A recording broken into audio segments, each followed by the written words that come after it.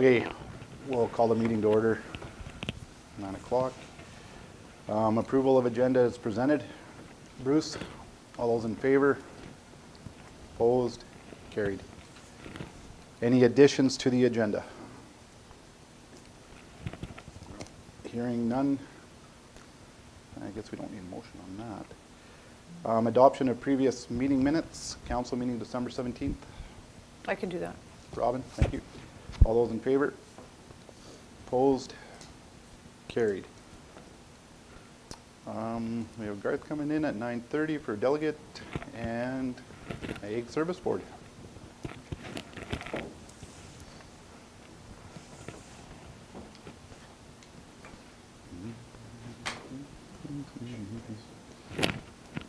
You're missing your shadow. Morning, Caitlin. So we have Ag Service Board report there. Any questions or comments?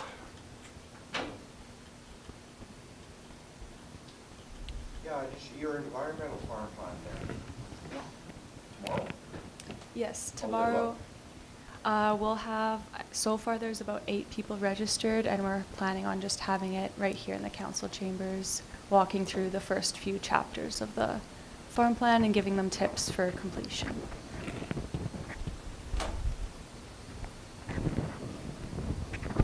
So you help me through it. Yeah. Nobody else is here, you're doing that. Yeah. Okay. How did the wind energy thing go on? It went well. There was just over 20 people that attended. The event seemed to be well perceived, good comments and feedback. Okay.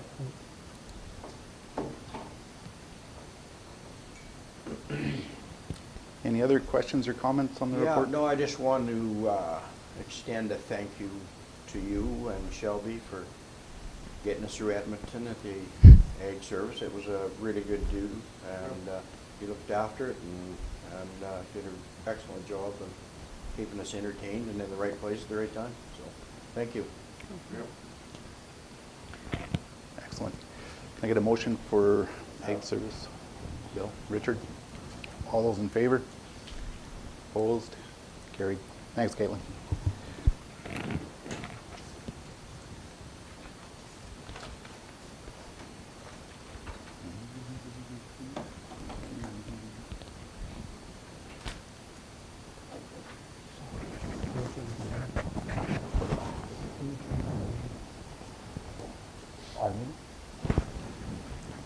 It's not on there. Yeah, that's weird. It was Jason. Hmm. Mention that. I wasn't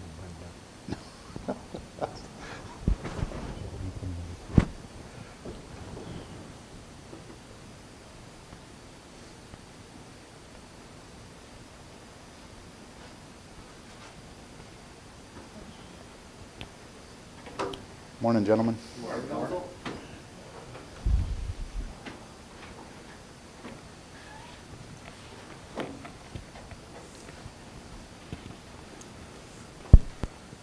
Okay, we have the Public Works report there. Any questions or comments on Preston's report? What is a 5341 wetlands approval? Well, that's a regulation that's been in play for a while. My understanding through discussions with development officers going forward, these wetland areas that have been identified on the map will be enforcing the bird sweeps and wildlife sweeps too, which I would assume which would include the leopard frog, which we do have in our area. I don't know what other sensitive reptiles we have, but it's going to include those. So when we go to construction, we will need to complete the sweep prior to going in, minimum of 7 days. And of course, if bird or reptile is discovered, then there will be a waiting period. which we discovered with the Green Chills Lagoon, right, Robin? So, We had the same thing on, building that Church Road. across, yeah. yeah, by the Lutheran we Church, were yeah. shut We did down. have the same idea there. Yeah, too we as gotta well. shut down. So the street. it's not new to us. Now it is required for all wetlands that are identified on the map. So who does it? qualified biologists. So that can be, I think it can be done through CPP. Is that right, Kelly? Yeah, they do have a person on staff. We could outsource that to a different, I mean, you might as well work with the people that you're doing your wetlands. I mean, I think that would be the most efficient way of doing it. I mean, we can explore that avenue as we proceed, right? Does it show up increase in expense that we'd have to worry about in any way that we haven't done before? There will be an increase in expense. The word worry, I don't No, know I if meant that like comes into play. quite Oh, a bit okay. of money or what? Yeah, it's not, I don't think it's going to be a huge dollar value, but I think our biggest worry is probably potentially maybe some delays on our projects that we're trying to work through our map, right? Because, I mean, we organize our map so that we're not going across the municipality from one end to the other doing jobs. This job, next adjacent job, next adjacent, and kind of work the way across. This could potentially change that order a little bit. And maybe not. We'll see what happens, right? So if we've got a project that's been approved, we could continue with it? It's just a new project? That's my understanding, yeah. Okay, Yeah. okay.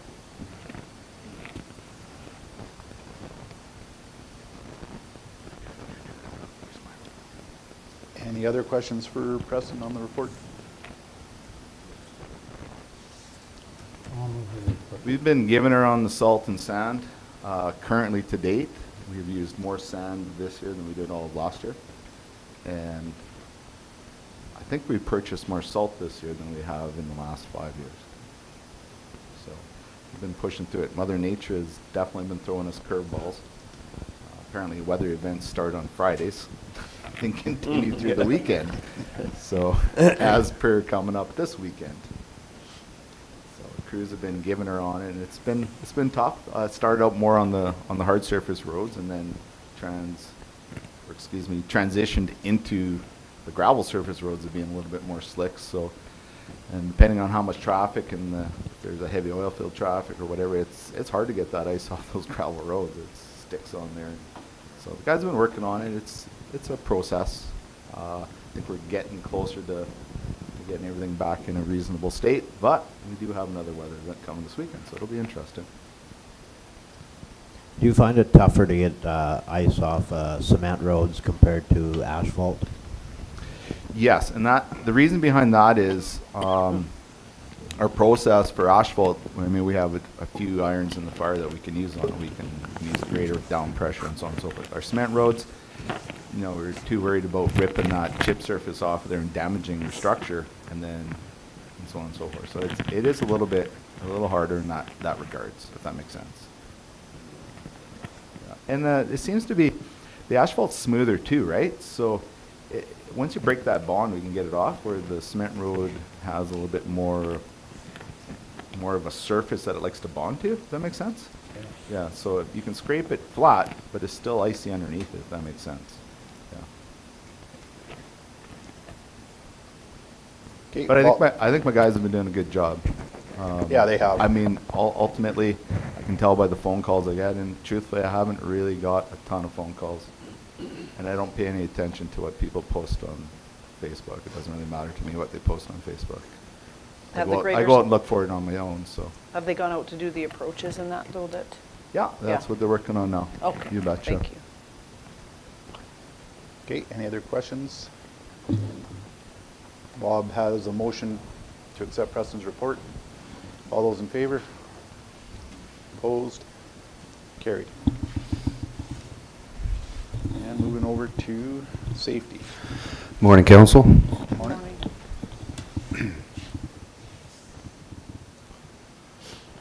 Any questions or comments on the report as presented? Winter tires, are you using all seasons right now, or what are you gonna do? Well, as it comes up to inspect these tires and whatnot, I mean, the decision is usually made at that time, what they require. I'm pretty sure it's going through all season. Yeah. It says you have a any concern for winter tires. I just wondered. Winter and summer tires on our fleet trucks, we run all seasons. Or potentially an all-weather tires as an option as well, but not a seasonal change on our tires, no. Disarm like furnaces, are they getting near end of life? One of them are. One of them we just replaced 3 years ago. That's the one that the blower motor actually went on, just over warranty. So, but we do have another furnace out there that is it's going to be time here pretty quick. Yeah. You got that on the short list? Yeah. My upcoming wish list. Yeah.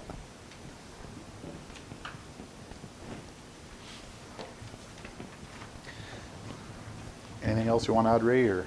Well, I mean, other than that, I mean, we did have our safety management meeting on back in December 19th. We did show a few videos that were published by Alberta Transportation regarding winter driving, so we all took part on that. Reviewing our new insurance policy regarding no-fault insurance, kind of explaining that to staff and what changes are included into that. Yeah, continuing communications with other safety reps in Alberta here for the other municipalities. Ads for Riverdale, I don't know if you guys noticed, but they're out on in the papers and online now. We've been getting a lot of resumes coming in since we did air those ads. You're all aware about the new R-Link management team. They've all signed the agreement, so they've already started taking calls and revising the current agreements in place, reaching out to all the seasonals. And for ourselves at Riverdale, we have set booking dates for April 22nd, so that's when we're expected to see our lineups out at the gates there, and looking forward for another good season. Excellent. Need a motion to accept Ray's report. Bruce, all those in favor? Opposed? Carried. Okay, we have an RFD for a dozer. Okay, so we advertised on the APC site for the replacement of our 950K dozer. This is the dozer we purchased in 2018. It's an 80,000 pound dozer with a 6-way blade on it. It is preferred by our construction crew. They do like this unit. As you can see, we did receive 2 pricing. One did not meet specification. The 950 from John Deere did. And we have a couple choices here that we can explore on if we choose to discuss further. We can accept the proposal of the dozer based on the price and score, or we can accept the proposal of a new dozer with no trade, or we can go with no action. I'll make a motion to go with option 2. With no trade? Yeah. Well, that's not much of a trade at 135, so I think we're better off keeping it. Run it some more?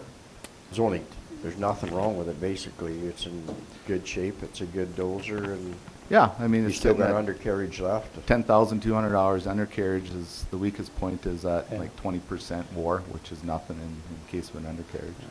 Well, I looked at some prices on Ritchie Brothers, and they're almost $200,000 under market. I'm sorry. Yeah, I mean, when you look at the same year, but ours has got new undercarriage. It's been on warranty the full time. So I think you could run it for the year and put it up for sale and at least still get what they offered you or more. I would agree. So, Works out for operators and stuff? Yeah, we can work that into our operators for sure. Mike feels that the dozer is one of the simpler pieces of equipment to train an operator Yeah, on, yeah, depending no. exactly what you're using it for. I mean, let's be clear on that. yeah, no, it's a good dozer to let go for that price. Okay, Bill has a motion to go with option 2. All those in favor? Opposed? Carried. And a grader RFD. Okay, so clarification on topic. This is not a purchase of division graders. This is a purchase of a construction and rolling grader. Sorry for that typo. The background does actually explain that, but I thought I'd just put that out there. So we did go for pricing on a construction and a roll-in grader.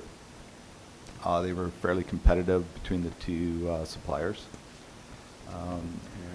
Just for council's information, the CAT supplier does offer $11,700 parts and service credit with purchase. So that's the key, is with purchase. So you can capitalize on that parts and service credit with the purchase of that grader.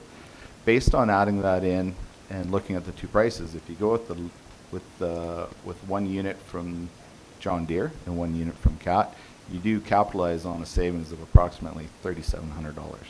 I mean, it's not big, but it is there. So, or you could then, or choose to go with the John Deere, or choose to go with the CAT. John Deere did come in at the lowest price on presentation. Delivery is approximately 3 to 4 weeks apart on these units. John Deere was beginning of May, CAT was end of May. Okay, any comments or Yeah. questions, Bob? What, like, what's this $11,000, like, what's this parts thing? That's new. I've never seen that before. So what, Well, we have received it in the past Okay. on like when we, like our scrapers, when we purchase the scrapers, so we get a parts and service credit from CAT. And what it does is they apply it to our account.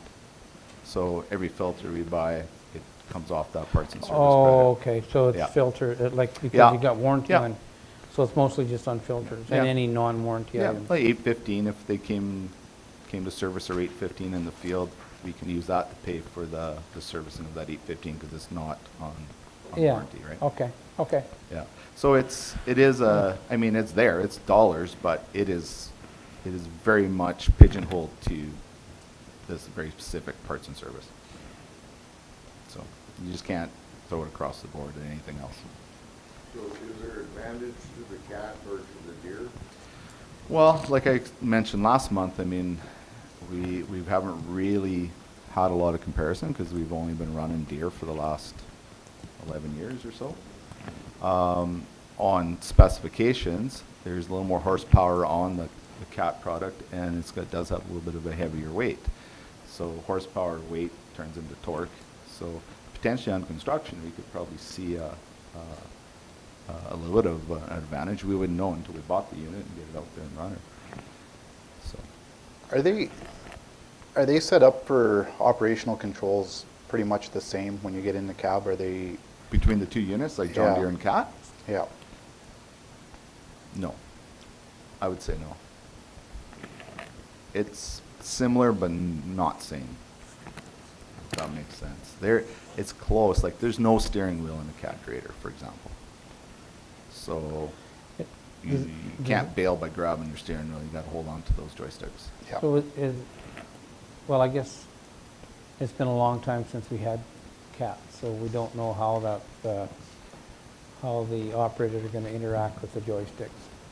right? Well, we have the 14. We've been running a 14 consistently, right? Yeah. And it's the same system. Oh, okay, Yeah. okay. Yeah.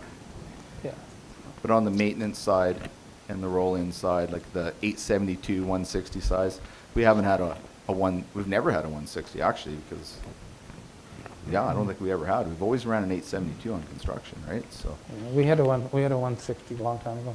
yeah, okay. We tried it on construction, it wasn't big enough.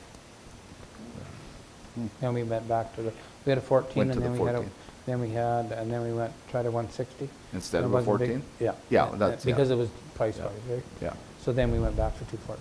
But we always had, since I've been here, we always had a 14 on construction, and I believe an 872 is the second grader. Yeah. So, yeah. Yeah, I Okay. mean, it's up to council. They can look at it both ways and decide if that works for them or not, and go from there. But they were competitive, just like they were on the division graders. They're close on price, both of them. So, as you can see on the pricing sheet. So attachments and all that, either one has what? they- All included, yeah. All included, okay. Yeah, so the snowplow attachments, everything's included on here. So we are going to, they're gonna come with new wings, because that's the wear point on these machines, are the wings, right? Dragging them on the ground, they get hit and so on and so forth. But the front end, the plow and the nose piece, that'll keep, so. And the V plow as well, so. What's your thoughts? If we get two new deers, less service, like, is one service company doing the whole brand, right? I don't Yep. know. That's the only thing I could see would be intended. But you just bought 2 cats last month. True. Oh. Yeah. What do you think, Mr. Reeves? What about the heavier cap for construction every way? Might be good. Don't know. Well, I'm not opposed to trying splitting them up and going 1 and 1, but the reason why I ask about the operation controls, because that is one of the, I have minimal experience with a grader, but that is one of the things that I understand is the operator's in there for a long time. You want ease of access with controls. So that's the only reason why I bring the question up, but it's really what you guys want to do. You guys have the history here. I mean, we have some of the older operators that are not interested in the cat because it does not have a steering wheel. The younger guys don't have an issue with it. So you may have to shift. It's like some- playing an Xbox. So you may have to, so you may have to shift some operator to grader? No, I don't believe so. Our crew on the construction are a bunch of young lads, so. Yeah, I'm okay with splitting them. Yeah, I'm Don't fine. matter. I'm fine with splitting them, but it's up to you guys. I'll make the motion to go with option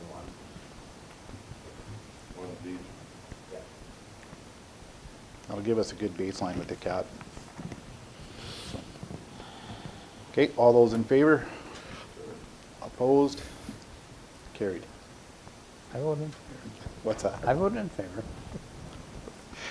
Okay, next up is the gravel crushing extension.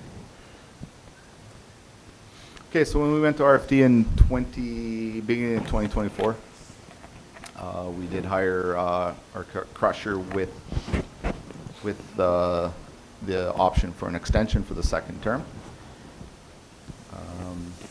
You So- happy with what he's doing?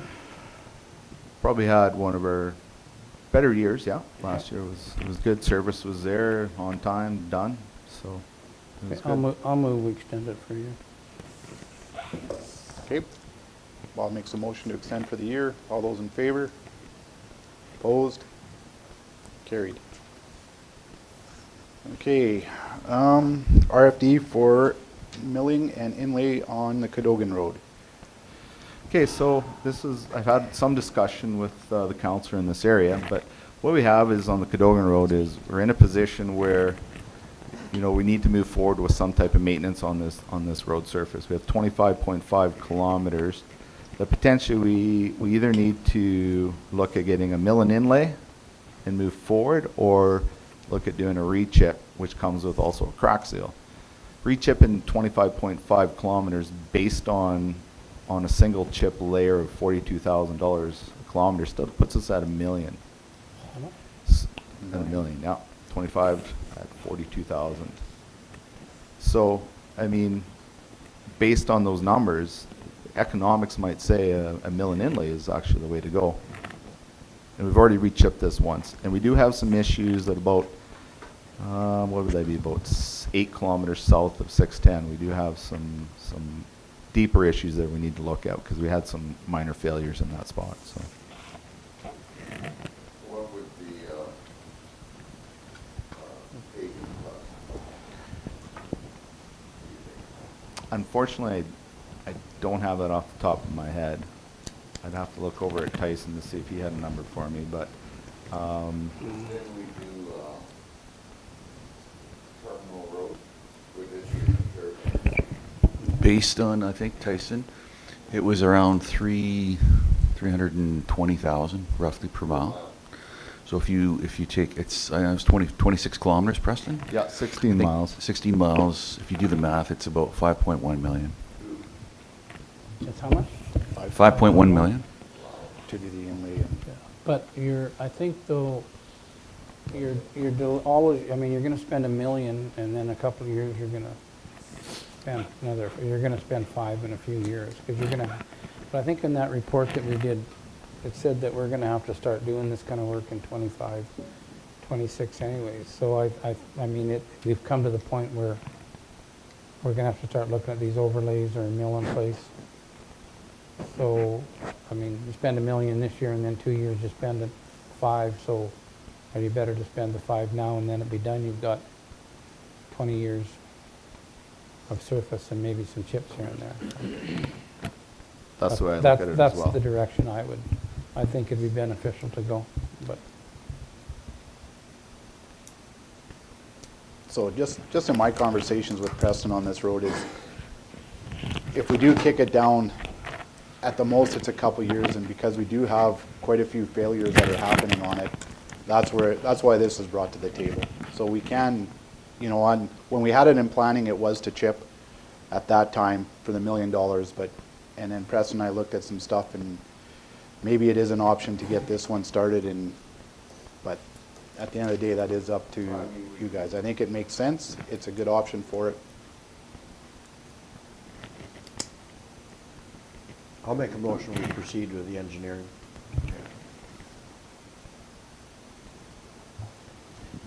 Okay, Bill made the motion. All those in favor? Opposed? Carried. One more RFD for these gentlemen, which is the Oakwood Road construction. Okay, I've got a couple of questions. Do we have road widening and backslope agreements in place for that road yet? We have some road widening, but not all of it. And no backslope agreement? Minimal amount of road widening from what I Okay. understand from construction. Okay, and no backslope? No, no agreement? backslopes. I think Okay. we would only do backslopes when we plan to do the project, Yeah. I would assume, right? Yeah. Yeah. So we haven't got that. I'm not opposed to the engineering. I think actually the complexity of this project probably would be a good one to engineer. So, I mean, I would move that we go ahead with the engineering on it, but I'd like to see a couple of conditions. And the first condition would be that the back slope or road widening agreements are in place before we proceed with the engineering. And we got to get it done anyways. And the second condition I'd put on the motion is this road be built with our MD forces. And the reason is, we've got a fairly young construction foreman. And this would be a good opportunity for him to learn to work with engineers. I mean, it's on the map for 2025 with our own crews anyways. So I think it would be good to do it that way, to use our own forces as we planned on doing, and to hire the engineers, because I think with Stan and his crew. But I think that this is going to be a pretty complex, it'll be a good learning experience. And I would make that a motion. So I think that's a good way to go with it. Yeah, I can see that happening. So throw it out there, you guys do what you think.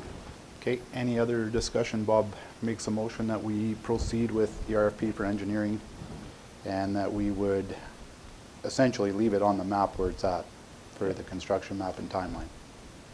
Yep. Well, when is the timeline? Hopefully August. End of the year. Yeah, hopefully August. We got, we're looking at approximately 53 days is what we estimated to do this project. So, Will that be done this year? I guess that depends on weather. depends how long we stay in Division 3. That's a complex job. You're not in Division 3 this year. Well, then I guess it should move ahead of schedule. Sorry, you only got 1 mile in Division 3. It's hard to say. I mean, there's so many factors, and Yeah. it depends when we get out of the gate. Like, I mean, let's look at 2024. I mean, we didn't get out of the gate until May.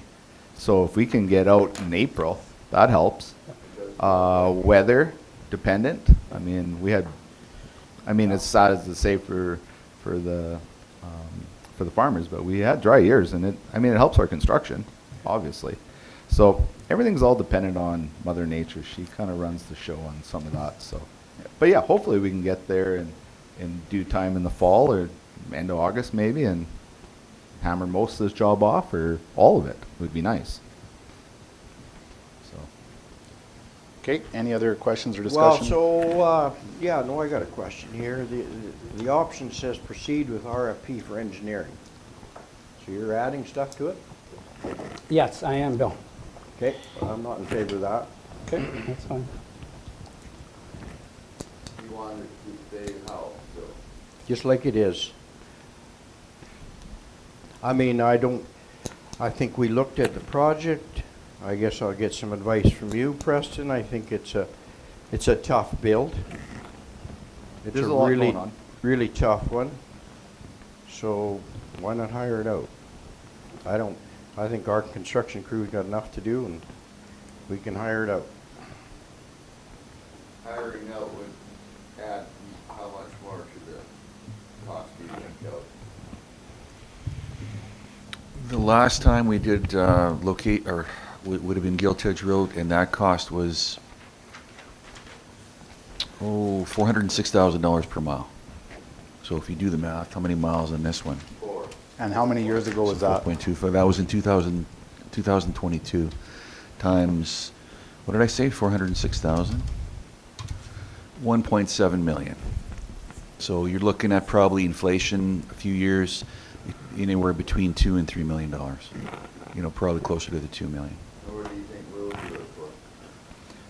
Well, at 53 days, we're at about 523,000 per mile. But, I mean, you gotta also look at, Location Cats was working on Old 614 and the type of structure they were working with there. This is a little different. We've got some pretty deep fills on this job as well. So contracted price, I mean, I would say, to be honest, would be on the low end. Yeah, I think you're, Well, we just If spent, you look at Grant and Cooley Road, for example, as a contracted price, that was about 700,000 a mile. But this job's not quite the same as the Grant and Cooley Road. yeah, I mean, there's some really big fills on the Yeah. Grant and Cooley Road. But just to kind of show you that there are, the variances there, so it's a little bit up in the air Yeah. exactly where the contracted price will come in, but I think at a base, Kelly is correct at that number for sure. and I think, like if you're worried about the motion, Billy, I'll move it to motion 2, it's an alternate motion, if that If you'll concerns do you. what? If you're concerned about if it being number 1 or number 2, I'll move it to number 2, that's an alternate motion, but my Okay. motion sounds the same. But I think Okay. that, Well, because you're altering the motion there. The no, motion if is you what- look at number 1 or 2. Yeah, that's So right. then You I'll have to go, with then 2. I'll go with number 2, then if that makes That's sense. fine with me. Okay. Yeah. But I think that, I think that the complexity of this is a good learning experience for ours. And we don't know what a contractor's going to charge, because when you get working in pipelines, like our guys, if they have to stop, if pipeline people don't show up, there's no charge. You go to a contractor that bid this as moving dirt, and he's shut down, then you go to an hourly rate. Because they don't come in and shut down. So, and I think there's going to be a lot of discussion with the owners of these pipelines. I mean, this is big for those guys too. I mean, you got to, all of a sudden you spring on them that you got to start lowering the lines if they don't have budget. I mean, I think this is bigger than council looks at it. That's what I'd like to see the motion as I laid it out, that it gives us the flexibility and the way to do it. And I think it's a good education for our folks to work with engineering company. They've never had that opportunity. No, and I don't think you should put him in that position. I think Stan's been there 2 years. I think the motion here, proceed with the engineering, is going to let you know everything else Yep. you need to know. And That's fine. I don't think our forces should be in charge of that. I think it should be contracted out. Why do you think it should be contracted out? Just for the simple fact that I think Stan's only been there a couple of years. I think it's over his head. I don't, It's over our head. it's a good way. So do you Same think as we there's a liability contracted the concern? Grattan Cooley Road out. Worked You good. think there's a Any other road liability? we've Do you think there's a liability concern? Not when you got engineering. That's Oh, why you there- get engineering here. You always got the liability. You're the Yeah. owner of it. Something happens, we're always responsible. Doesn't matter if you got an engineer or not. Okay, well, what's the problem then? What's that? What's the problem then? One way or the Why- other? well, because we Engineering, just you spe- said if engineering, we still got liability? Because If we do it, we just got spent, liability, so we what's the just problem? spent $4 million on equipment. Why are we hiring it out? Because they got enough to do. There's lots of work to do in I know every there's, area. but so what? Let's hire We- this we- out. We've done, everybody has done, I mean, in Division One, we've had the equipment the last 5 years, been there 3.5 years. Everybody's waited to get their projects done. all of a sudden we have to hire somebody to do a Because this is project. a tough build. And it's better, yeah, I agree, and I'd like to see our crew learn how to do it with an engineering firm. I mean, that's what this option says, and when I did the Groton Cooley Road, it was a tough build. Our forces, I went to Mark, can we do it? No, he said I'd sooner put it out for bid. We did, went excellent, couldn't be any better. This is what I want to happen here. Yeah, well, Preston, what's your thoughts? Well, I see a consensus among council that engineering is the direction they want to go in. I think we can all agree on that. You could get the engineering, get into it 3/4 of the way or maybe all the way through, and then have the engineer come and present it and discuss exactly what route to go after that too. Maybe the engineer will have a look on it that does fit our crew or maybe doesn't fit our crew at that time, and decisions can be made then to proceed to contract or stay in-house. This is, of course, all objectionable from my point of view here. I'm not telling you what to do. I'm just throwing it out there that, you know, maybe that's a common ground you could work off of and move forward from there. Makes good sense to me. Okay, so Bob's motion is to proceed with the RFP for engineering and to use our own forces, and there was one other stipulation that before we do anything, make sure we got, Backslope. You oh got yeah, access. road widening agreements if you and, don't have that, there's no use doing anything. yeah. But if we simplify it and just go proceed with the RFP for engineering right now, Well, I would want to have access done first. with the If you don't road get widening. access, you don't get nothing. And we realize that. We'd have to do that because that's part of getting everything figured out on the crossing agreements, Yeah, for but sure, you've got 100%. a lot of different players Yeah. you're dealing with here, Yeah. so. Yeah, as opposed to. So do you want your motion to stand the way it is?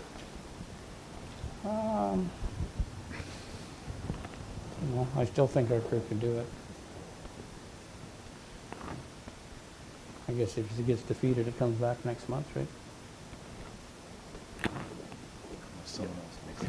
Unless If somebody it's makes another defeated, I motion. can make another motion after that, can I not? Well, once it's dealt with, it's dealt with. But yeah, I'll Your I'll option. amend it, I'll amend it that we wait for engineering on our crews, but we go with, make sure all the agreements are in place first before we go for engineering. Access agreement. Yeah, road widening. Road widening and, Yeah, make sure they're all done before we go that way. okay. That's option two. Option option two with the ensuring road widening agreements are in place prior to going out to engineering. Okay, That's gonna be hard to. so we got a motion. How long is that gonna take, Preston? It'll take a little bit of time for sure. It'll happen. Well, if you don't So get that agreement, so that what's puts us use going behind right engineering off the for? bat, eh? Yeah. Well, you're I doing mean, it anyway, That's just a aren't you? waste of time and money then, Yeah, we do it anyway. You do it anyway. Yeah. yeah, so. Okay. Okay, we got a motion on the table. Everybody's clear what it is? So we're not putting anything in bidding without contract? No, not Not right now, we're gonna wait for the engineering and then make that decision, the way the motion is. I'd Okay, leave it in, but I don't want it to fail. gonna call the question. All those in favor of the motion? Anyone opposed? Carried. Okay, our delegation is here. We should, we're a little bit late with him. So we'll move on to that and we'll get Garth. Thanks, fellas. Much appreciated.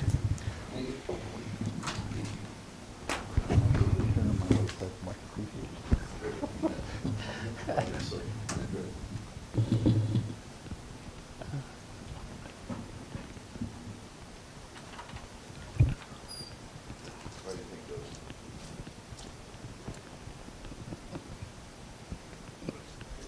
Did I go the right way, or? I mean, I don't know.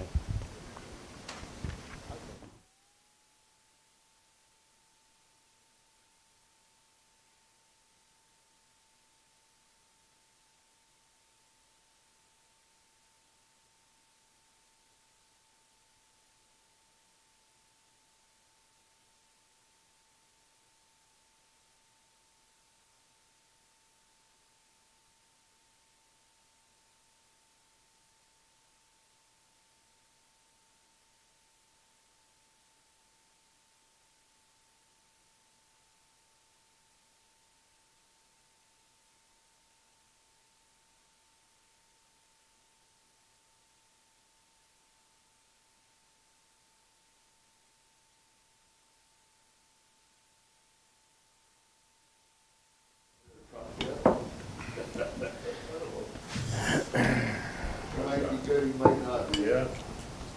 We're live. Yes. Yeah. Or- We are live, yes. Oh, Yeah. are we? Yes. Okay, so it's been a while since we've had Garth in, so we thought we'd take the opportunity to get him come in and answer any questions we might have and maybe give us an update on what's going in his world right now, so. With that, Yeah, sure, I can, I'll fall back to audio. It's been a busy summer, I've been bopping all over the place. There's, just recently, the last 2 weeks, I was in Washington State. We do, through Penmore, we do capital visits. And I was in Montana the week before that. So in Montana, kind of our main goal, you know, we talk about trade and all that kind of stuff and the tariffs, you know, and Montana made a neat statement. It's, you know, where do the cattle originate? They got a slaughtering plant down there that they get half their animals from Alberta, which are, and like the feeders are bought, they go one way, get fed, go the other way, you know, and get fed to slaughter weight, go back across. You know, it's going back and forth all the times. How many times would a tariff and how that would impact things? So, but our main focus there was more on the economic corridor that we're promoting from Texas through Alberta up to Alaska. And Montana may want to sign an MOU. They wanted the framework of it so that they could study it. And so the goal there is we kind of avoid BC, go around BC, and it'll be wide enough that we'll have the goal. The thought is rail, pipeline, fiber, whatever, and wide enough that you can do all that kind of stuff. Containers could go up and down that way. So that was so they were really receptive to that in Montana, and wanted to help us out and work with us on that one. So, and Alaska is very, very wants to do that as well. So good. no, well, no, it might be Highway 36. So it'd be Wild Horse, I think, is where we might go across. There was some talk where there was a couple of us that were promoting maybe 41, but 36 seems more direct. It's straight, it doesn't have as many turns and stuff. Yeah, well, yeah, that's true, but, you know, the other part, it would go up through Fort McMurray. So 36 could work that way, right? So who knows? Like this is, you know, if we get everyone buying in, it'll probably take 40 years to build it all, but we're initiating the conversation. And Washington State, I was just there, and hydrogen is what they want to, that's a big thing for them. So what I was promoting there is we already have that Trans Mountain pipeline, and it curves off and goes into Washington State and feeds about 3 of their refineries. So there's one called Ferndale that's right along I-5. So they've been working with BC to get an electric vehicle and hydrogen, like electric vehicle charging stations and hydrogen filling stations. It is their goal, right? But what they want to use is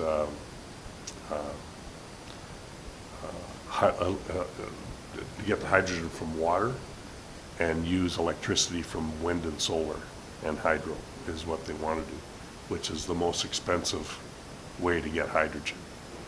And we discovered in BC in the summertime, Penmore had a conference in Whistler. The most expensive thing, like we could produce it, like water and green energy is about $10 a kilogram. We can get it from natural gas for about $1.50, but then you got to get it there. And you can't go through existing pipelines. So kind of what I was proposing to them was to have we can create methanol. We can capture the carbon here, send that through the existing pipeline that's there, because you just put a pig in and away you go. And then they can have the hydrogen cracker down there, right at Ferndale, right along I-5. So there wouldn't be much freight to get the hydrogen to where they might need it. And they're ideologically against that, And there's a subsidy at the federal level that helps subsidize hydrogen at $3 a kilogram, but that's still not gonna make it very Not enough. competitive, right? So, anyway, so that was my trips to Washington and stuff, and yeah, so it's been a busy, busy summer. Good. I'll open the floor to any questions.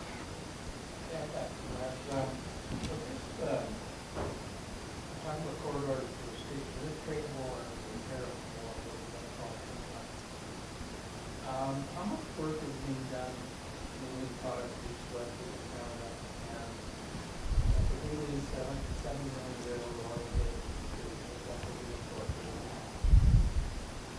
What is the government doing to work on pipeline the market to the west coast, the gateway, President Gateway again, Yep.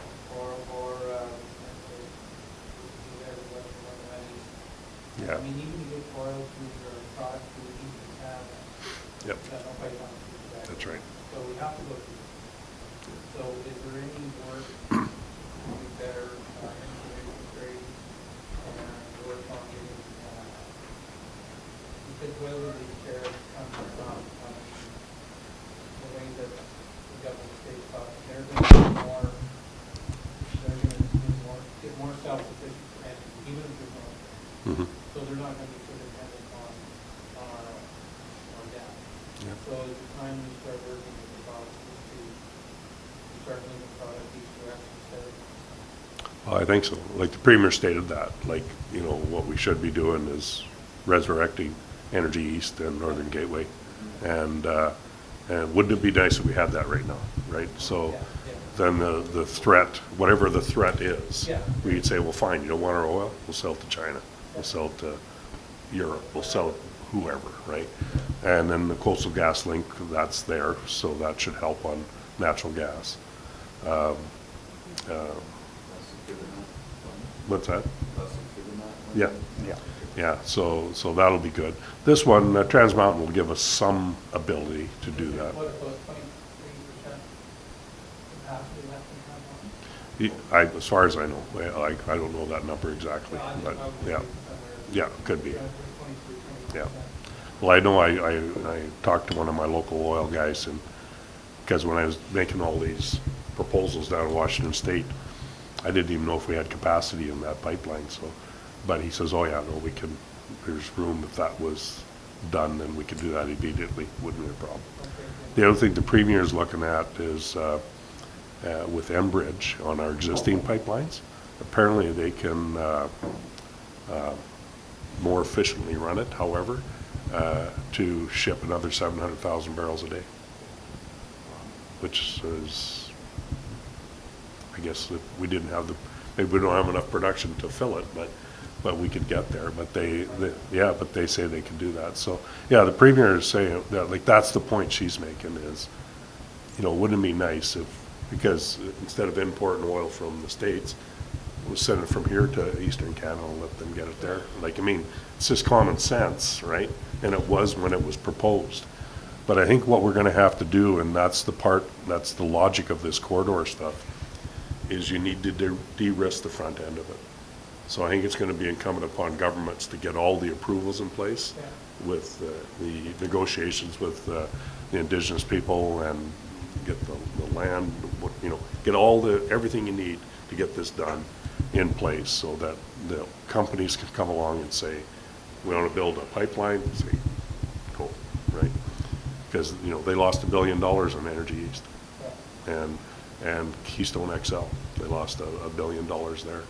So they're not real excited about putting the money to work, because, and then the rules change and it's not viable anymore, right? Same problem down in the States. Like they want everything to be electric, but they want to blow up their dams on the Snake River in Idaho because it stops fish from swimming upstream. And it took them 20 years to get a transmission line approved to transmit the electricity. So, and yet they want to eliminate fossil fuels and have everything run electric. So it's, I don't know, like it just seems like a conflict there, a contradiction that I was pointing out to him in Washington when I could, yeah. I did have a question, and Sure. we've discussed it at council a little bit in the past, just with our first responders responding to medical calls. Mhm. Is there been any direction from the provincial government and Not yet. No I think changes? that the EMS and that whole first responder thing is going to wind up under acute care, like of the 4 pillars. I think that's and all those pillars are just, like, they got the leadership in place. Just talking to the minister here, I'll say a couple of weeks ago, and she said the heavy lifting is going to be the next 6 months, like getting everything in place and getting it ready to go. And then any changes we need to make to that, I think would be after that, so. is there going to be a date for the announcement with the 4 pillars? Has that been announced Well, publicly? it's been announced already. Okay. Yeah, it's Okay, been I wasn't announced, sure. and I haven't seen it. the leadership of it that's in place. So the adjustments and all the things that are happening. So this next 6 months is going to be pretty crucial to get all those in place. Please. Yeah. Good. You're done your step 1 refocusing or realignment, like all your in-person meetings, and you're into like the second phase of this now? Yes, there's one thing that will happen. There's like when the minister came out for that, she came to Wainwright and Lloydminster to just gather information on healthcare. She's planning another the trip to come back and say, oh, this is what we heard, this is what we're doing. And darn, I don't have that here. It's March 7th in Lloydminster. I think it's in the first part of April. April 3rd here, I think. April 3rd, okay. I think it is, something Yeah, like that. yeah, so you got a notice of that, did you? Yeah. Yeah, okay. Yeah. Good, so that one, I don't know if the location and it's from 9 to 11, but I'm not sure if the location's been nailed down yet, but that's to do that. So like, phase 1, I don't know if there's a phase 1, 2, 3, but there was. I just took it as phase 1 as your in-person meetings when we met in the city. Like you told me you had to go through all a bunch of. The strategic plans and all Yeah, that stuff. that's Yeah, right. yeah, so I think the strategic planning what we want to do will, and this is just me talking, no one's told me this, but. Yeah. Like when we get the 4 billers and they're set up and everyone's hired and working and it's all happening, that what I'm going to push for is this strategic planning that we've been talking about, because that will inform what we do where, and especially here in Wainwright relative to a hospital. Are we going to fix it up? Are we going to build a new one, or advocate for those types of things, or what are we going to do? So we need a strategic plan as to what we want where. So my push on it is, okay, it's been said that, okay, the next 6 months are establishing the pillars and getting them set up the way you want. And I think the next step has to be a strategic plan as to what we want to do where.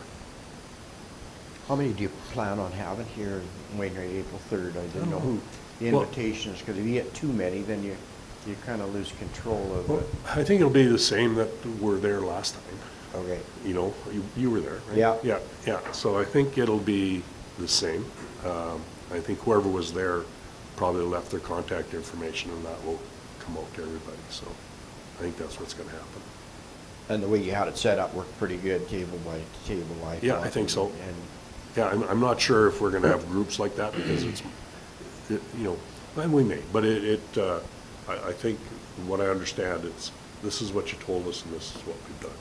So it'll be more specific. Like here, the issue was the hospital, right? And in Lloydminster, it's the border, right? So, and she heard loud and clear when she was there that here's the issues it's creating, we need to solve those issues. And we passed legislation to help solve it, but it just never got implemented, and it's been like, we're in our 5th year waiting for that to be implemented. But it seems simple, right? Just flip on the switch and let them use the information, but there's always problems. That's been a frustration for me, for sure.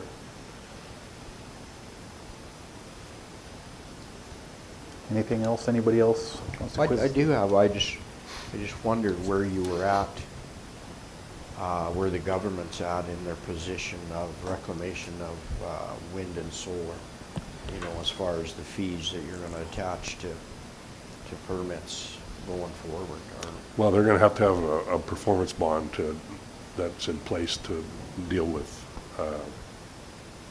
reclamation. when is that going? Like, Well, is we that- passed is that- we passed the legislation already.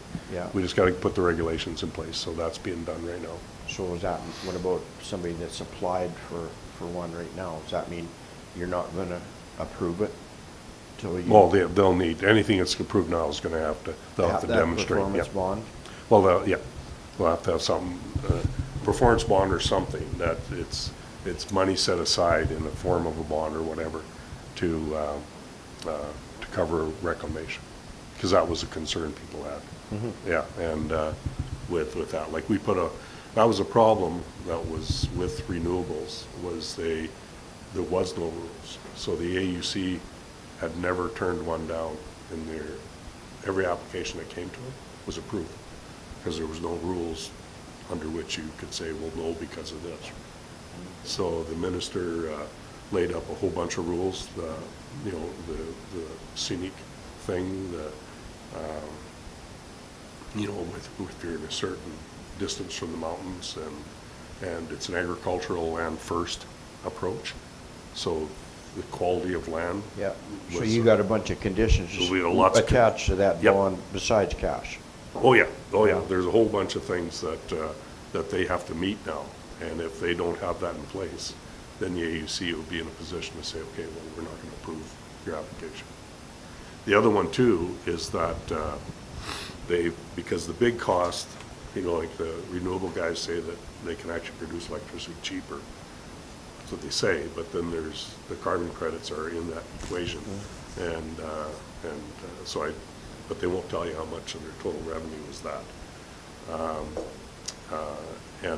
But part of the problem is when they set up wherever, then you had to build transmission lines to connect them to the grid.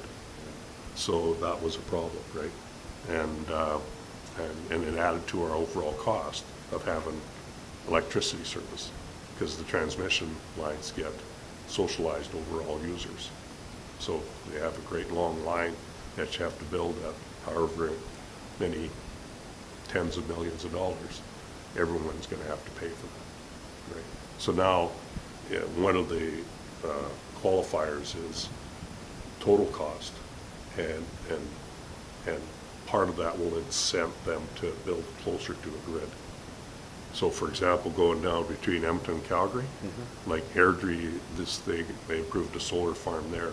Well, there's the grid's right there. It goes right through the land that they've got that on. So that's already starting to have an impact on that type of thing. So they just won't be put everywhere. And I know the Farmers Advocate, because there's a lot of non-disclosure agreements and stuff that people sign when they sign up contracts for wind farms and stuff like that. And that's been, Farmers Advocate actually has a book on, if you're approached, here's the things to consider in the contract. Because I've seen some messes that have happened, and I know if I was ever asked, I'd have an opinion now as to what to look for. Right. Yeah, we've hosted a couple open houses now, and Daryl Bennett from the Farmers Advocate has Yeah, come perfect. down and gave presentations, and it's been really helpful and informative, so, Yeah, he's a really knowledgeable guy. yeah, Yeah, excellent. he's a super resource, that's for sure. Any other questions, Yeah, Bruce? on the, when you reclaim the sites, is it graduated? So I know you're taking money aside to reclaim the site, but you're saying 25 years for this windmill to be sitting there. So is the price going to include 25 years down the road? Like some of the old gravel pits? Yeah, They used to have $2,000 set aside. yeah. Like an And you inflationary get a piece of measure? Equipment there. And can't put a culvert in the road now, yeah. Yeah. Good question. I don't know the answer to that question. It's something I could ask the minister, see what he's put in there. Because you take down a picture there, I know one went down there, and it's still laying there. Yeah, You know, because that company went defunct. And yeah. Well, that's the problem, right? Like, we don't want an abandoned well scenario again. Exactly. Right. And I So, can see it coming. well, yeah, so that's why we put in that performance Good. monitor something, and all the other measures that you have to meet in order to build a renewable. So we're not against it. There are still applications being approved, and people are still building sites. My own personal opinion, if I was gonna have one on my land, from a reclamation perspective, I'd rather have solar than wood. Oh, for sure. You know, because you just unscrew Yeah. the screw Cut piles and like away you go. whatever. Yeah. Yeah, Yeah. exactly. Those other ones, like there's a big hunk of concrete in there. And they're only removing down so far and then. Covering it with dirt, is that right? Okay. Yeah. Yeah. So, yeah. Some cousins in that process, right? Oh, is that right? Yeah, Yeah. they're not happy. No, I know. Yeah, so it's been, so the energy or affordability and utilities minister, I think, like he's making lots of changes that have kind of needed to be done for a lot of years. Okay. And he's had the guts to go and do it. So I'm really happy, and he's open to suggestion, like he's, you know, yeah, he's, I think he's doing a great job, so I try to support him the best I can and Okay. offer, you know, stuff that I hear here, I'll bring that up to him. Okay. Yeah. The other one, question, AFRAX, the radio system. Yeah. Are you guys throwing any money towards the local fire department? Well, we're looking at that, because we also have the focus group in Vermillion that are taking people around, and they thought that'd be nice to have there too, right? Because if they were in Edmonton on a trip, taking someone in there, and they knew that they were there, right, then they could bring people back, right? So they almost like a GPS, and a communication system, so, and maybe they could pick up 2 or 3 people and bring them back. Kind So, of what Snow's doing in yes, yeah, that's the one. That's the guy. Yeah, he's, I mean, that's a great system. oh, yeah, no, he's done a great job there, Yeah. and it's about 65% of their business is with AHS right now. good. So they've adopted it, right? And it would probably be even more efficient and adopted even more if he had that. Yeah, so, Good. yeah. So, you know, is it gonna happen? I don't know, but Well, like, it sounds I'm like a advocating for super it. good system. Yep. You know, because of, you know, so many channels and no privacy too, so. Yep. Hopefully, not maybe the government can subsidize part of it. Yeah, Like, well- we have a local 911 dispatch here, and Mhm. they're looking at pretty significant dollars for them, just for the council. Yeah. And there's no grants available for it. That's right, yeah. The other part of it too that might happen is the fiscal framework. Right now, there's the Alberta Fund. So what happens when we have a surplus? The rules today is at least half of it has to go to paying down debt, Okay. right? All of it could go there, but at least half.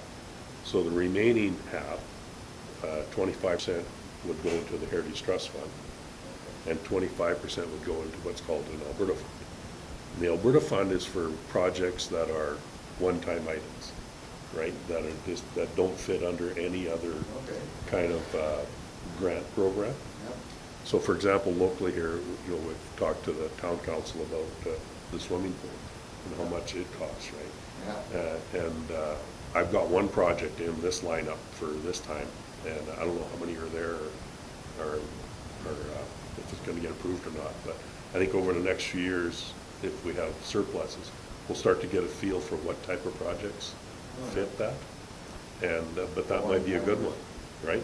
AFRAC system, put it in, and, you know, if we have a $13 billion surplus, and we've got, We would do the daily interest if you gave it. yes.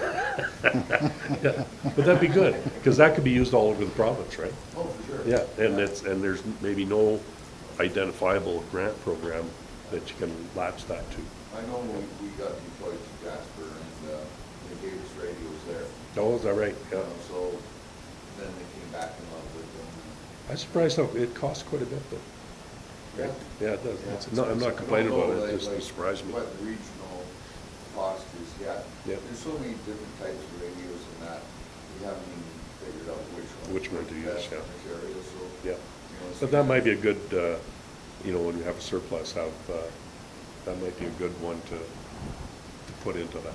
Because that could be province-wide instead of town-specific or area. Well, a lot of the bigger centers, Edmonton, Calgary, and that, they already have the councils, everything's in place for APAC, so just Yeah. using it every day, right? Yeah.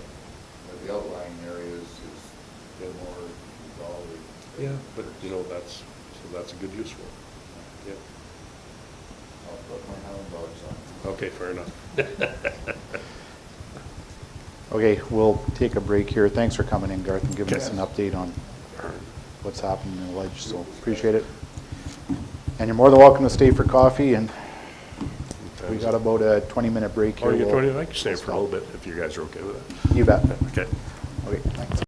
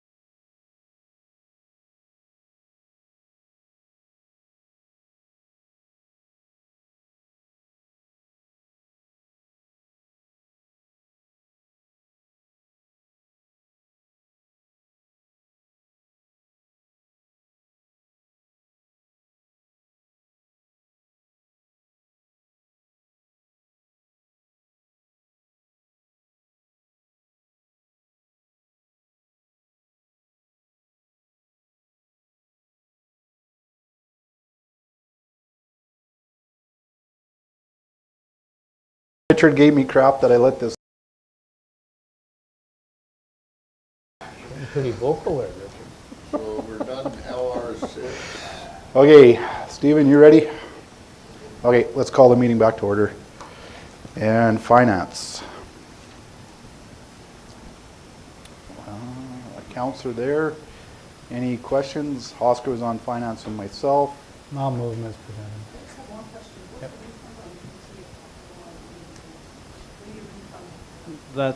That would be a property tax refund.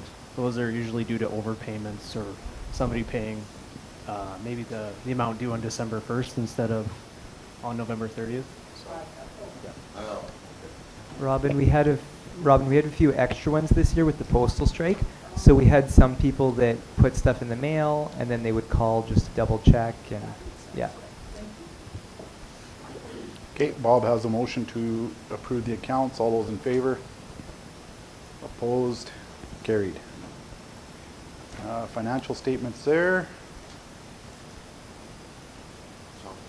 Yeah, somewhere. There's a lot of accounts here. yeah. Page 55. 55. 54, 55, there we are. Okay. And reserves. Well, we need a motion for financial statement, do you We're not broke not? Not yet. yet. For reserves, yeah. Motion for. Yeah, not reserves. Yeah. Yeah. Okay, we need a motion for the financial statements. Richard, all those in favor? Opposed? Carried. And reserves are there for your information. And administration and taxation, monthly status report. Any questions or comments on that?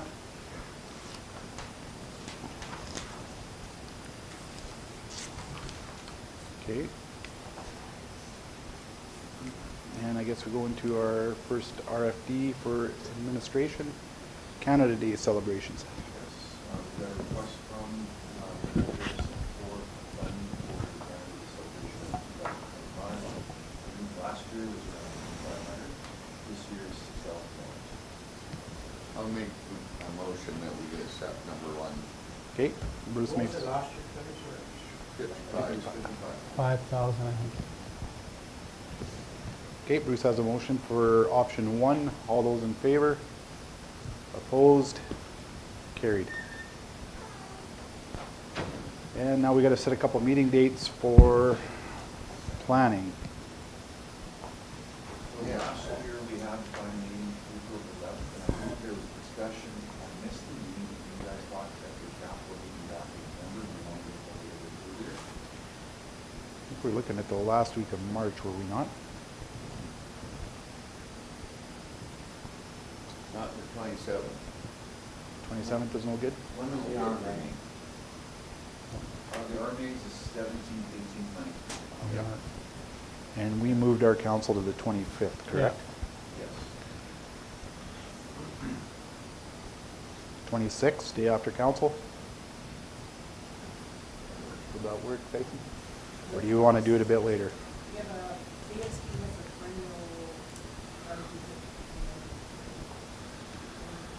Okay. So we can go there for it? So are you good with the 26th, the morning of the 26th? 26th 6th, yeah. Okay. 2/6. for planning. Okay, For 9 planning. AM. Do you want to have it off-site, or do you want to have it here? Here is good. Here? Here's good, yeah. In the Yeah. office. Yep. Okay, somebody want to make a motion for that? Bruce, all those in favor? Opposed? Carried. And a budget meeting. It's usually after planning. Right? Yes. Yeah, Oh, we have to wait for the school requisitions to come in. that's right, Bob. That's And right. when's that? Usually middle to end of April? Yeah, by the middle of April, by the 20th, we'll have it Yeah. for sure. Yeah, so the last time we had the budget meeting was April 30th, so we could back it off to the middle of April. That week of the 21st to the 25th? I won't be here. You won't be here, you're gone that weekend. That's a good time to have it. Would Tyson, or Would sorry, this the is wrong. 17th work? Yeah, I don't see why it wouldn't. What day? April 17th. Thursday? Does that work for everyone?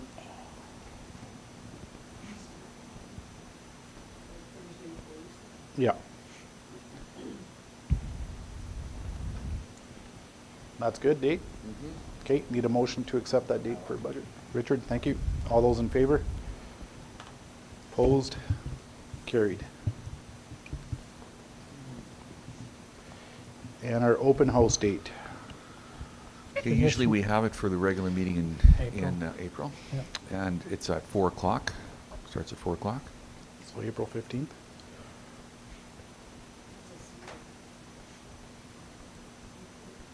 Uh, 15th. April 1-5. 15th. April 15th at 4 o'clock. Yep. Okay.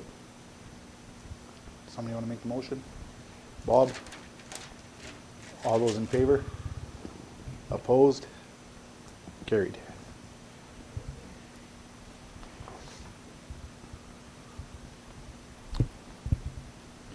Okay, RFD for the Wainwright Runners Bison Club.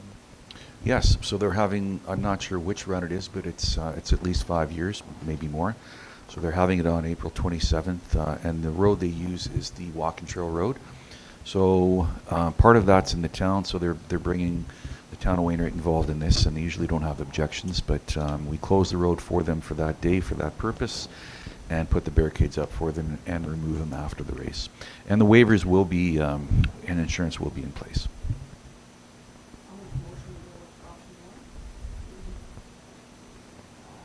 Okay, Robin's making the motion to approve the run as requested. All those in favor? Opposed? Carried. Our ICF, an RFP for our ICF framework amending agreement. Okay, so as everybody's aware, we have ICF's intermunicipal collaboration framework agreements with our neighboring municipalities. These were mandated by the province about 5 years ago. So every 5 years they come up for review. So in those ICFs, there's the requirement for the review with your neighboring partners. We brought this to council back in July, and council said that we would do the reviews.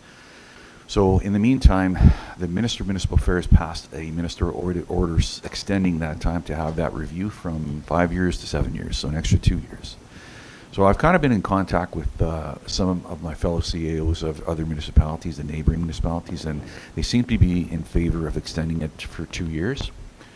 So it's a bit of a change in direction from the motion made in July, but we're asking council to support that extension in this RFD. Okay, any questions or comments?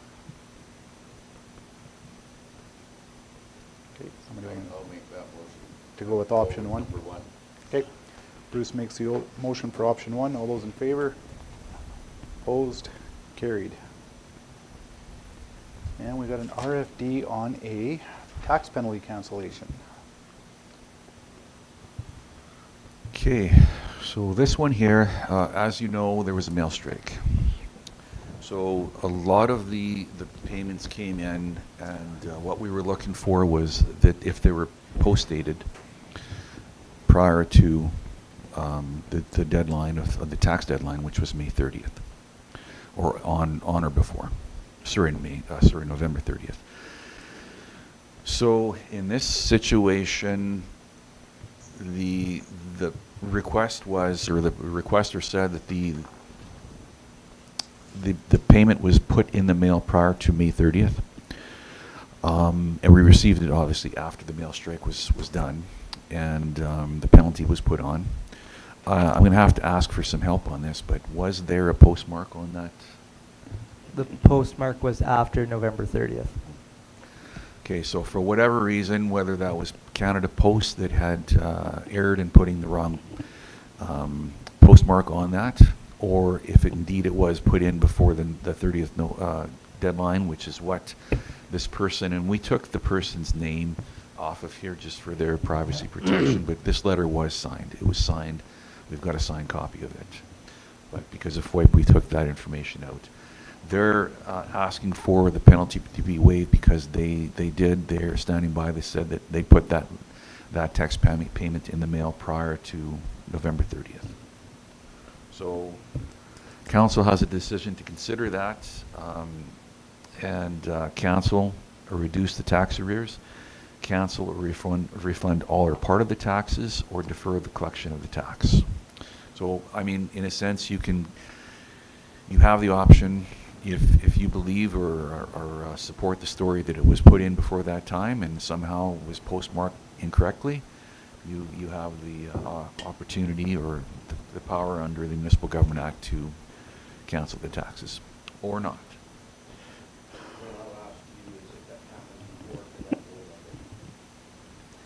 We didn't do the research unless someone else did, but I believe not. And it's a one-off thing.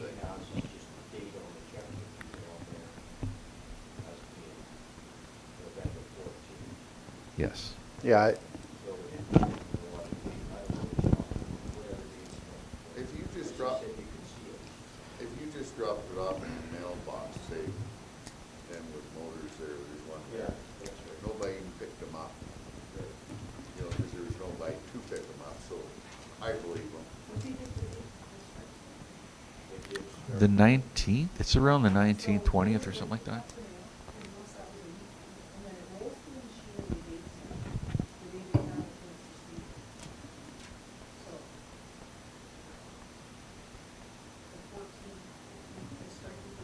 well, I don't know that for sure. yeah, I don't know It's- the exact start date, but it was right around that time.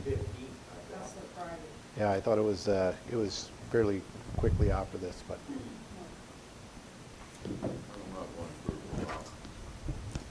Yeah, It I don't have began an on- issue in this case with the check being dated November 14th, so. That's just me. I Sorry, get what's lots that? of checks. I was just, the strike began November 15th at 12:01 a.m. Yeah. So if it went So the into the next day. mailbox after hours on the 14th, it would not have been postmarked until they returned back to work. In December, or in, Yeah. December. But is it our responsibility to, not charge a tax? I mean, it's not up to us, I mean, that, I don't Well, know. I I think that, you know, it's their responsibility to make sure taxes are paid. And they could have phoned and checked and made sure. There could be another country too. It could be 1,000 things, Yeah. but, I mean, we've not done this in the past, so I'm not sure why we would start now. Well, I think with the strike, to me, that makes a difference. The check was dated the 14th. And right after the strike, it came in, it was just shortly after. When did you, Yeah, It- within a week. It's straggled along, right? Could have been Yeah, like we- could have been a week. We did receive some post-dated stuff even into January that was properly post-dated. So, I mean, it kind of is what it is. We had many people contact us ahead of time to say one way or another, to ask questions. We have had many of these kind of both ways. So, some came early, some didn't. Some came postmarked, some didn't. so did you get people that had mailed their checks phone in and ask it if it had been received? 100% we did. Yes. Okay. Well, if it's a one-off, I would say, I make a motion that we drop it, Cancel cancel the penalty. Yeah, number one. Okay. Bruce has a motion. All those in favor? Opposed? Carried.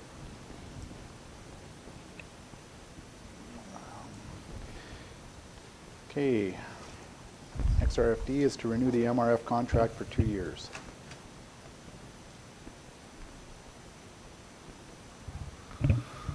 Okay, so this is our GPS contractor that we have for our equipment, mostly the spray trucks and the graders.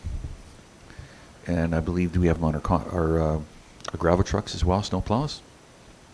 Okay, so the system we've had in place for 2 years now, we switched to a new system. It's working very well. It provides good information. The staff is quite pleased with it, and it's producing. So it's the first contract's up. It was a 2-year contract, and they're proposing another 2-year contract here for.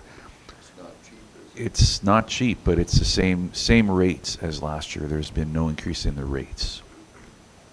So you're still under your threshold of the trade agreement. So council has the option to accept this contract and renew it for 2 years.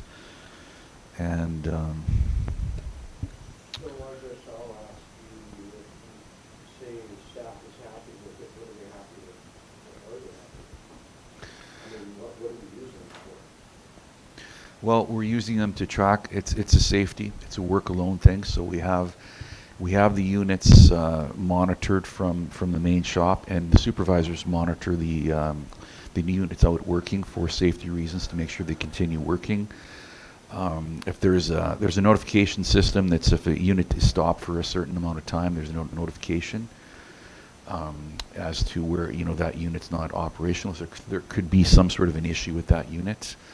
And it tracks our graders right where they're at, and gives us that database and information as to where the graders and the snowplows have been to articulate that and use it in case there's for liability reasons. If something ever happened, if there was some sort of an incident on the road, that's the first thing they'll look at is for the maintenance records. And also the calls that come into the office, right? Well, my grader hasn't been there for 2 weeks. It's no, actually, it's been there a week and a half ago, or a week ago, or 2 days ago. So, that's and if you're looking for someone, and I mean it's a live system. I think it's not exactly live. I think it's live. Yeah. So you pretty well have an accurate location of all of your workers at all times, and it's not for the reasons of just knowing for a fact, but it's got to be a good, substantial reason why you need to know where these guys are. In my experience, my rate care call said the grader hadn't been there. They took a picture, the time and place, and I'm doing the approach, and I texted it to the rate care. They're like, oh, I hadn't gone out and checked. I didn't realize it was there. Like, I found it. I really liked it. I liked it. I didn't have to drive out. 36 And hours. frankly, charged to drive out to make sure that they done it. I liked it. Yeah, I mean, it helps us in our efficiency. But if we have a piece of equipment stuck, or if someone's stuck on the crew, and we can just quickly take a look on the GPS and see what kind of machines are around, and have them, dispatched to that area to give a hand, right? So that's another positive benefit of it. Where's it attached to? Fire season too. I don't know. Yeah.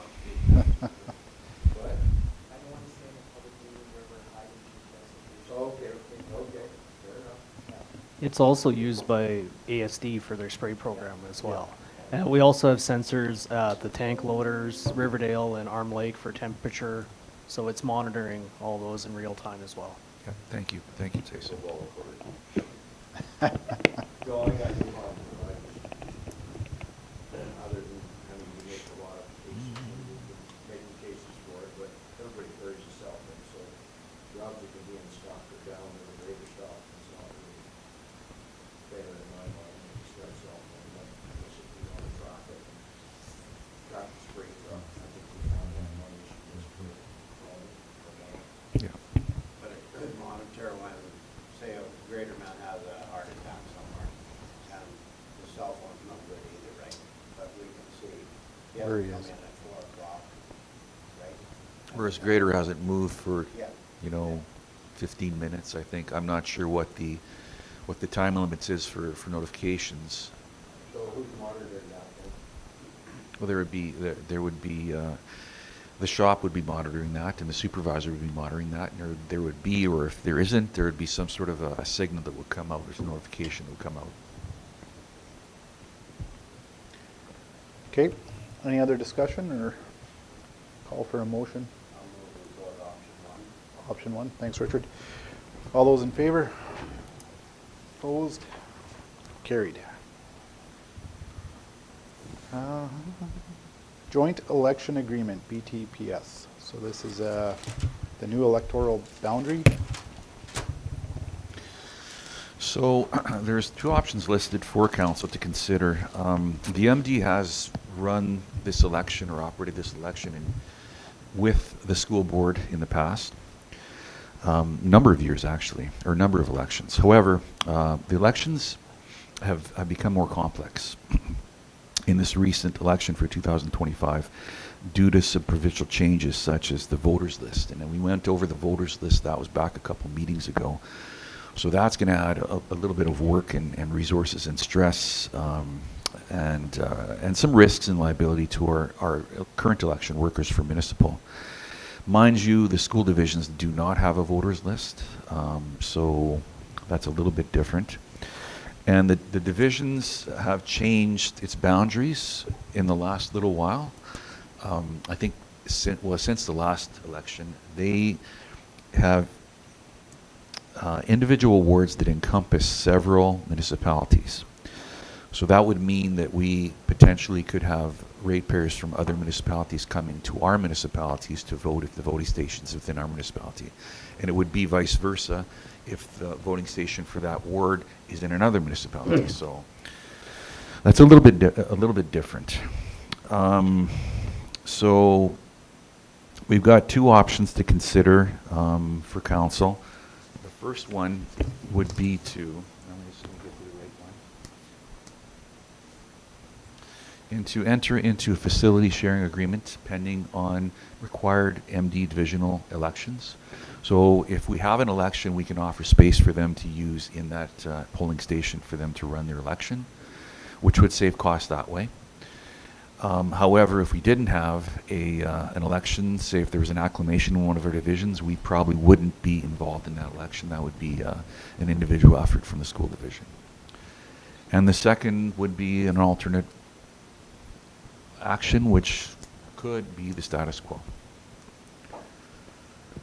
So, I don't know if...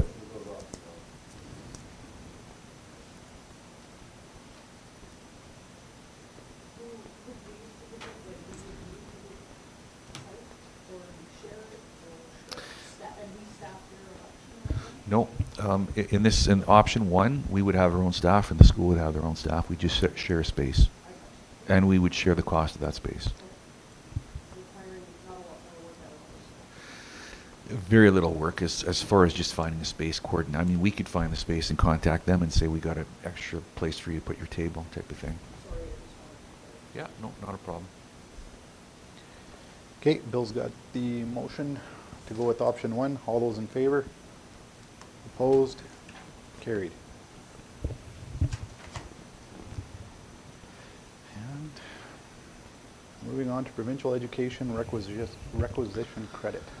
Okay, this is a little bit of a better story. So the province has put out two grants, and it's one is PERC, which is a provincial education requisition credit, and DIRC, which is a designated industrial requisition credit. So basically, we collect taxes, and there's two portions of it, two main portions, and it's the municipal portion and the provincial portion. But for the uncollectibles or the property owners where it's difficult to collect, the province allows us to get a credit for those taxes that are uncollected. So we go into our system and we do a calculation for what that amount would be. We've tabulated that, and we've come up with some numbers for PERC, as you can see there in the financial implications, $10,000 for PERC and $473 for DIRC. So we apply, we send this information to the province, they review it, and they would give us credit on our ASSF. Is it the ASFF? Is it a credit or is it actually a check? I believe it's a credit. I believe it'll be a credit. Yeah, it's a credit for, it'll show up next year when we submit our do our calculations for our mill rates, or it might even be this year. So anyway, there's some money available for us. It's not a lot of money, but yet significant enough, I think, to take the time to apply for the grant. But the province, in order to approve the grant, they need the support of the council to acknowledge that we are applying for this grant. And we're not canceling the taxes at this point. Okay, Robin made the motion to go with option 1. All those in favor? Opposed? Carried.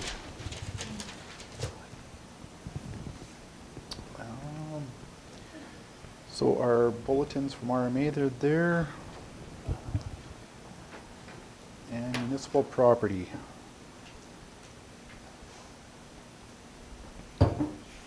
Get down there. Okay, so we have an RFD for land rental, Southwest 30. 44.6.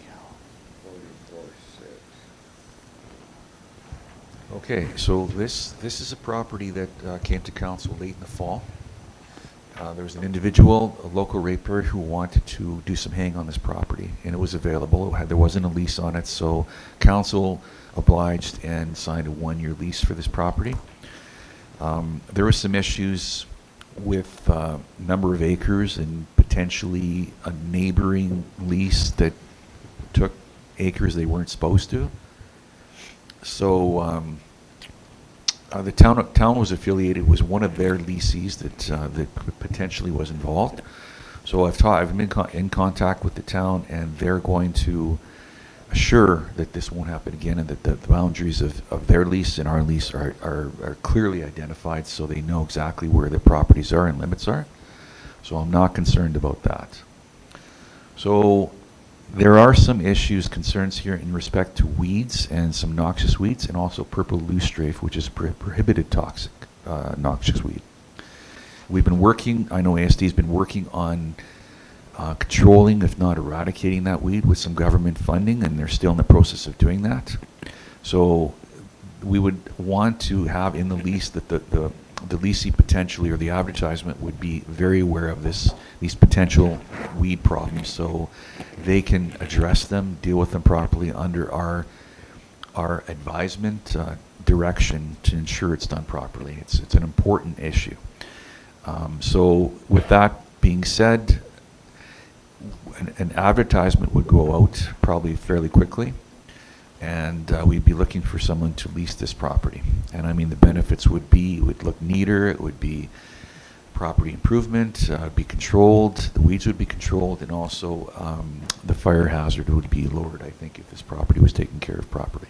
How many acres are we talking about here? Oh, that's a good question. You know, the number that pops into my head, it's not a lot, Bruce. I thought it was 30 acres, but I was going to say between 26 and 30 acres. That's what I thought it was. It's 30 not acres. it's those chunks that, the pink chunks that are, if you see on the map, just that are by the walking trail there, by that one pit where we're holding that soil. What's that? We've been pulling clay out of that one. right Yep. there. Okay, One concern I got is you're dealing with toad flax, and if he's haying it, you're just putting the toad flax into the hay bale. I mean, maybe we should keep it, not advertise it, and spray it, make sure that these toad flax and purple leaf stripe is under control before we do that. But then it becomes fire risk. I get that, but which is the worst? I guess that's. Can't we, Fire can't we, department or the. can't we spray it and mow it? If it's, 30 like, I like Bill's idea of not renting it out if it's gonna contaminate it, but if we could spray it, then as soon as it's dead, mow it to stop it, slow down, or do something with it, I don't know. I mean, you don't want it, we're not doing we're like CN then, if we're not doing our due diligence, if we're not. Aren't you we're just, not looking aren't after aren't we the just weeds. spreading it? We've already spread it. Well, I think it was left unattended for a few years because the leasee had passed and nobody was super clear on what was going on with it. So when this guy went in to do it, it was sort of to mitigate, it had kind of gotten away on us anyway, right? But I think this gentleman wants like a long-term agreement for fencing and trying to control and clean it all up. But the weeds need to be looked after, or be clear in the agreement that we need them looked after. I don't know. So how do you do that, though? How do you do that if you put that into? Oh, I didn't want the expense of the weed control to go on to the ratepayer that's trying to hay the land, is why they're listed in there, for clarity for him. that we need them looked after, whether we let them hay it or not, right? I don't know. So what are you suggesting, we spray it and then lease it after the fact? You, Yeah. Well, Yeah, I'd most like it. road Flax, you spray that area and come back next year and see what's, if they got it all or not. But your concern is he's gonna bale it up and take it somewhere else. I mean, as soon as you do Yeah. that, that's when you spread Yeah. the seed. Yeah. I don't know, And I'm not very good at it. I don't really know how do you control yellow toad. I know it's hard to get rid of, so. Yeah, but as soon as, even if you spray it, it doesn't kill the weeds. Like if the seeds are, if the seeds have gone, after, it's already gone to seed, they kill it, but they can still grow again. Yeah, next year. Well, I think, is it our, I guess, That's residue. yeah, the question is it our responsibility to make sure it's clean before we rent it, that's all. Well, I think making them aware,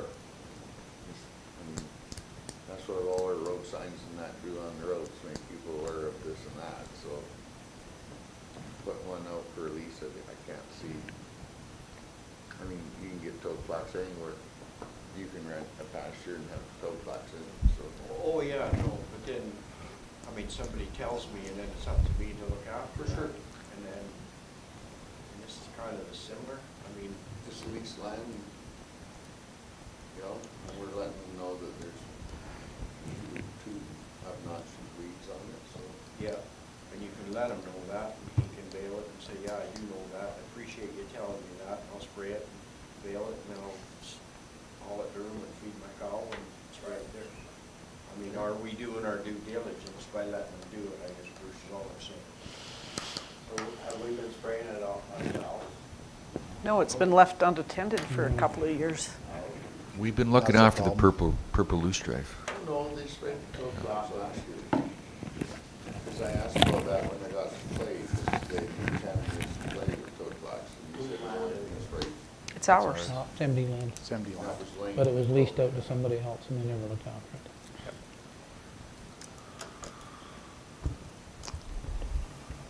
I mean, I don't really care one way or the other, but I think that's something to take into consideration, the spread of that toad flax.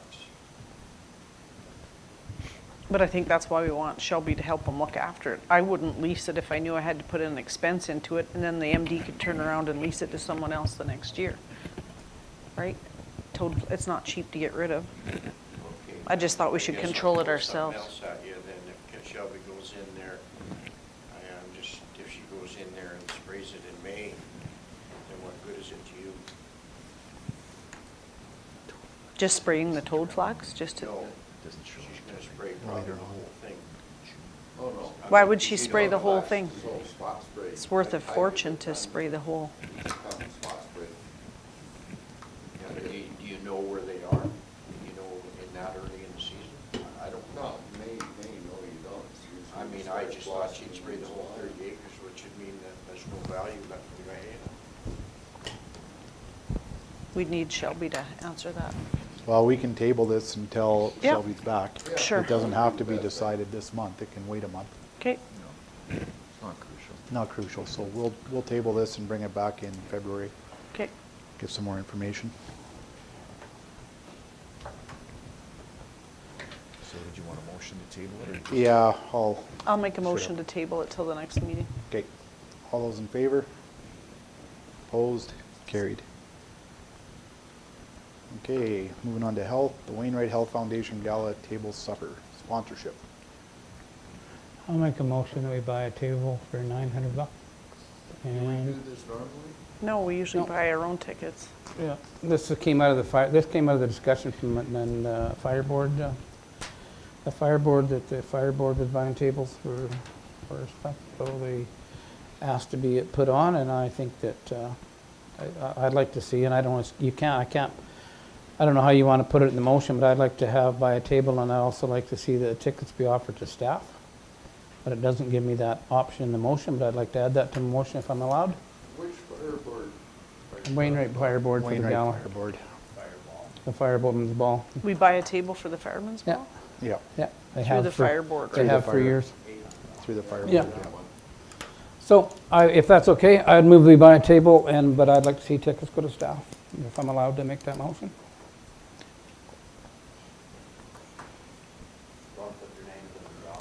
It's up to staff how they sort them out.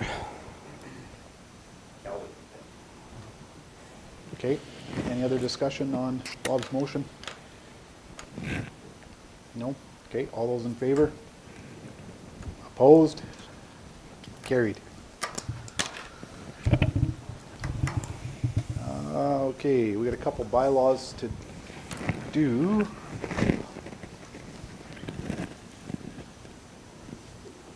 Okay, so bylaw 1708, a bylaw of the municipal district of Wainwright, number 61 in the province of Alberta, to authorize the borrowing of money for the purpose of financing operating expenditures. So we'll have 3 readings. This bylaw will have all 3 readings, and I need a motion for the first reading. Bruce? Okay. All those in favor? Opposed? Carried. Second reading. So, Richard? All those in favor? Opposed? Carried. Motion to proceed. Bob? All those in favor? Opposed? Carried. And third and final reading. Bill? All those in favor? Opposed? Carried. And bylaw 1709, a bylaw of the municipal district of Wainwright, number 61 in the province of Alberta, being a bylaw to amend bylaw number 1695 of the municipal district of Wainwright. And with this one, we just need a motion for the first reading, and then we'll have to set a public hearing date. So motion for the first reading. Motion for the first reading. Bruce, all those in favor? Opposed? Yeah. You opposed? No, I'm not opposed to it. I just want to go over it, so. Okay, we can take the time and go over it if you like. What do you need? This will come back in February, Bill, for the second and third. Okay, I'll call the question again with Bruce's motion. All those in favor? Opposed? Carried. So we need a motion to set the public hearing date, which would be next council, February 18th at 10:30 a.m. at the MDO Wainwright Council Chambers. Bill? All those in favor? Opposed? Carried. Hi, Dana. Hey, good morning. Good morning. It is still morning. It is. Yeah. Okay, so we got a couple things to deal with on development. And we'll start with the development services report, or do you want to end with that? Doesn't matter. Okay, let's start with that. Any questions or comments on Dana's report as presented?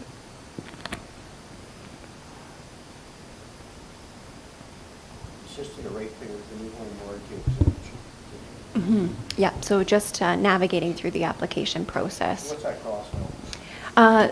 It's a few thousand in order to get the warranty, and it's about $1,000 to get the exemption. So you're saving $1,000 for not. Yeah. Yeah, somewhere about maybe 4,000 or 5,000 for the full application, so a few thousand you are saving.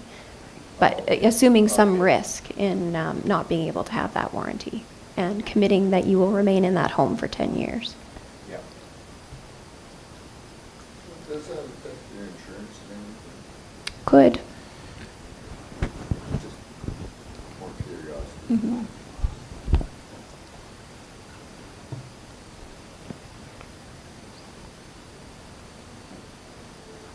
Okay, any other questions? If not, we'll have a motion to accept Dana's report as presented. Bruce, all those in favor? Opposed? Carried. And we have an RFD for a road plan. Yeah, so basically with this road plan, Alberta Transportation and Economic Corridors was tidying up some of their files. And we had a road closure request whereby they wanted some changes, or some changes needed to be made to the description, which we did. In the meantime, however, our need for that road changed, and we ended up doing construction in that area. So this very historical road closure that dated back to about 2018, it now is where we did the train crossing and we readjusted. So this road closure would not be prudent for us to proceed with. So we, in order for Alberta Transportation to close that file, they need for us to rescind our motion, basically saying that we do not want to proceed with that road closure. And that's what they're asking. We would submit to them that motion and they will close the file accordingly. Okay, any questions or comments?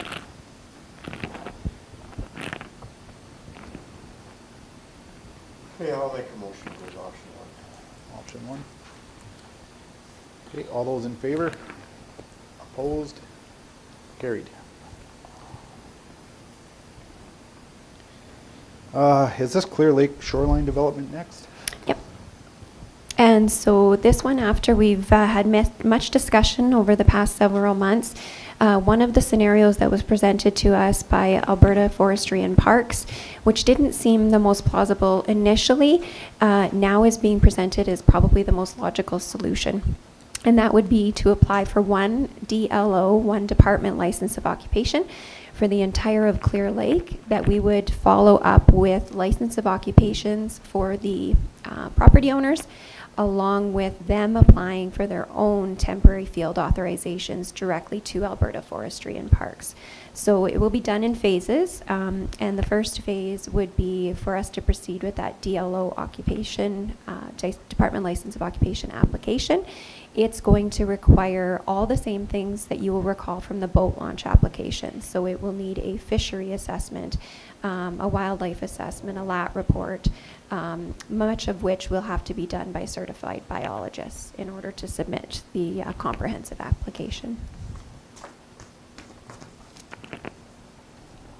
Bob, you got a question? Yep. So you say that 25,000, it's going to be done in phases. Is it 25,000 per phase, or is it 25,000 total? 25,000 is the A estimate we received for phase one for the Department of License of Occupation. So how many more Phase phases would it two take? would include legal support to develop the license of occupations with all of the ratepayers. And then the temporary field authorizations, those costs are direct to the province Yeah. with the property owner. But, so we would have one more phase to pay for. Correct. Do you know what that cost I would be? don't have an estimate for the lawyers, no. And how long is this DLO good for? It is good for 25 years. Oh. Oh, I thought it was only 3 to 5. Well, I think this will help alleviate some of the problems and some of the responsibility of other ratepayers that aren't sitting there, so. Well, it'll check a box is all. And We should can get confirm, I'm moving pretty sure it forward. was 25 years. I thought it was 3 to 5. Yeah, I'm not sure. Yeah, Not sure. We'd have maybe to I check. should just double check that, just to be sure. Yeah. Can we look it up? Can you Google it? I mean, 25 is great. But Yeah. I didn't think it was that long. Yeah, I did Google it, and it was 25 years is what I found. I thought Yeah, it was, 25. yeah. I thought 25 years is what Yeah. we had discussed in the past as well. Okay. so. I Is- could be wrong. Some of the Dana- authorizations that we receive for different things are different time periods, but that one seems to Okay, be. no, that's good. That's good. I'm good with it. Is the second, the municipal license of occupation, is that something we can pass on to someone else? Or is that going to be a municipal cost? No, so we could as well, like in entering into these agreements with the ratepayers, we can investigate defaulting that cost to the ratepayer, to the property owners. Yeah. Well, I guess you could pass it all on if you wanted to. Yeah, you absolutely could. Okay, any other questions or comments? Somebody want to, I'll move. We go you guys with want to go here? I'll move. We go with option one. Okay. After I got Mike's attention. All those in favor? Opposed? Carried. Okay, next RFD is Commercial Alternate Energy Systems Fee. So at the request of the Municipal Planning Commission, Municipal Planning Services prepared a fee comparison, and this was reviewed at our most recent MPC meeting. And our MPC recommends that we make the following change to our policy manual in regards to alternate energy systems. Any other questions or comments? I'll make a motion to go with Sure. option one. Option one. Okay, all those in favor? Opposed? Carried. And we have some subdivision. So we were involved in the process of a road closure that was adjacent to what you will recall being known as the Wainwright Rail Park. That road closure, 2 portions of road is complete, and that has been consolidated into that piece of land. That piece of land is owned jointly between the Village of Irma, the Town of Wainwright, and the MD of Wainwright.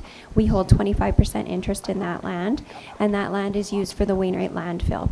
But it's divided into 3 parts, all of which sit on the exact same title. And the part that they're identifying in this request is the one that is on the other side of Canola Road, where the railway park was. It is something that they would like to subdivide and they would like to sell.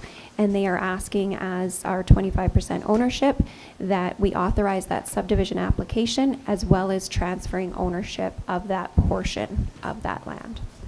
Okay, I'll move option 1.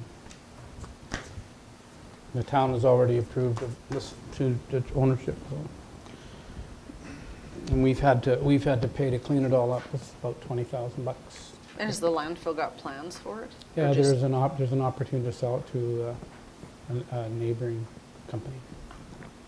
They're not gonna put Hmm? garbage on it? No. Not that we can control that No. anyway. No. Okay, Bob made the motion for option 1. All those in favor? Opposed? Carried. Thanks, Dana. Thank you. And pay sheets. Need a motion to accept the pay sheets? So moved, Mr. Chair. Bob. All those in favor? Opposed? Carried. So just before we go into committee reports, there is, I need to add an item on the agenda, and it slipped my mind earlier, but for FCM. So I need a motion from council to accept that I would be the representative for FCM for District 5. And that council, the MD of Wainwright would cover the per diem for any events that I would cover for FCM, for Division 5. I thought when you put your hand up, you were covering. Oh, I said after 5 o'clock. Oh, yeah, okay. Yeah. So I need to add that as an item on the agenda, and in order for that, I'll move that it be added to the agenda. okay, Bob, all those in favor? It's got to be unanimous. I need to see it in favor. But sorry. Oh, what's this? I'm getting tired. Okay. So She voted for option. Opposed? I voted for red. Carried. Yeah, 2. Okay, so then, with that added on, we'll have if I can get a motion to accept the MD of Wainwright to appoint me as District 5 rep for RMA for FCM, and that we will cover any expenditures, any and all expenditures No. going forward. Any and No, all. we'll cover your per The diems, per diems, yeah, and and Zone all other 5 will- expenditures will be covered by the zone. I thought the zone was gonna, that, in the meeting, the zone was gonna pay for everything else. Yeah, like you're- except Yeah, for just the per Just the diems will per come diems is to us. us, yeah. Yeah. And Yeah. how many trips do you speculate a year? Can you even guess? 3 to 4, and then there's 4 online conventions too, that are through Zoom. With the condition you have prior approval from council next time. And we need Next year. And receive? I'll move we accept it. I'll Bob? make a motion that we appoint Mike Okay, all those in favor? and covers per diems. Opposed? We don't pay for your And again, French. thank you for your support We in don't that. pay for your French classes, right? No. They'll Well- pay for that. Once you get to be third vice president, they pay for those. Yeah. Okay, thank you. And moving on to committee reports. Wainwright seed cleaning plan. Yes, seed clean plant. Things are going along. We've got clean to date. We're 46,000 bushels. We're ahead of last year. So we have listed our land for sale out west of town. There's a realtor who's got it listed. We're not going to have any use for it, so we are going to sell it. And yeah, everything else is going pretty good.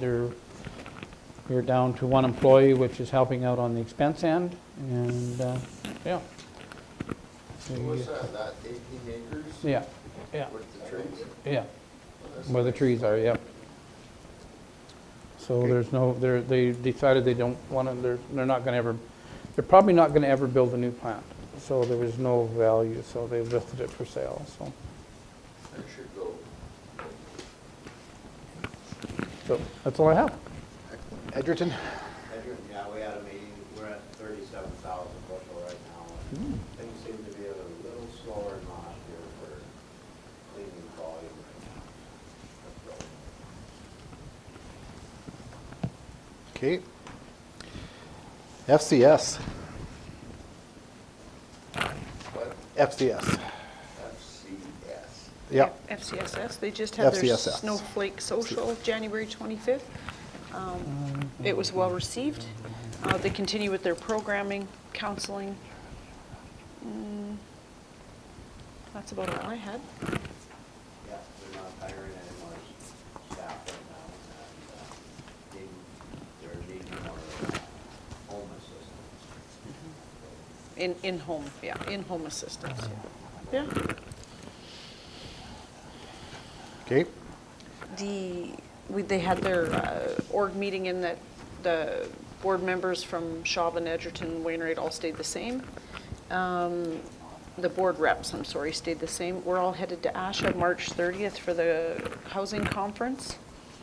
I believe we approved the purchase of 4 new walk-in showers rather than the 10 like we did before.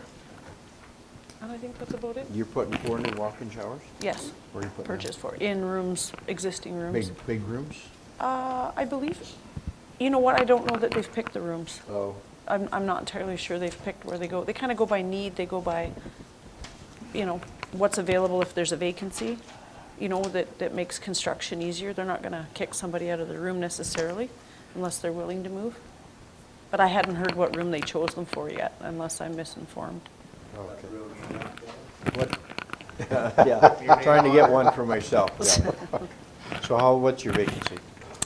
There was, I think, 6, well, I thought 3, but I think in the 3 rooms available. One 3 rooms couple available. suite, yeah, Okay. couple suite Sure, deal. that's good. It's very good, yeah. Yeah.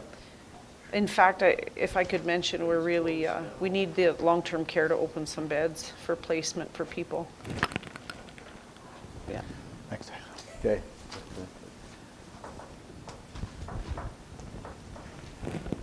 Okay, Wainwright landfill. Okay, we finally got some good news on our on our closure. Our disclosure plan was approved by Alberta Environment, so now we are going to we can go ahead with our application to change our class so that we get away from the 10,000 tons, and we can open it up for more usage. That will start now. It's probably going to cost, well, we're going to be in probably $80,000 to $90,000 for an application or more, but it's on the right path now. Yeah, so it's moving forward. We've got a conference coming up end of February, and yeah, thanks for your support on moving that land. That will help get one of the boxes checked to do more with that other land. Yeah, just equipment. We've had some equipment repairs. But otherwise, it's been going pretty good. Anything else, Richard, you want to comment on? They're also looking for a new contractor to crush the cement. Yes, that's true. Good. Yeah, working in conjunction with the villages and a private contractor in town here, so. Good. You got some you want to crush down Yeah, I don't think there's anything, I think that was it. East Central 911. We had our general meeting. We did raise the per capita by $1 to cover off part of the SACROX and the recorder that we need. Going forward, we're hoping to find a little more money, and then we can go to the procurement stage to get the council bids. And I think all the fire departments are in the process of checking out what radios they need, so the council will be compatible to them. So that's what it. So what's that piece of equipment going to cost us? I believe, well, it depends on the radios again, but I believe it's about $175,000. If you're up there. Okay. And I believe that would be installed.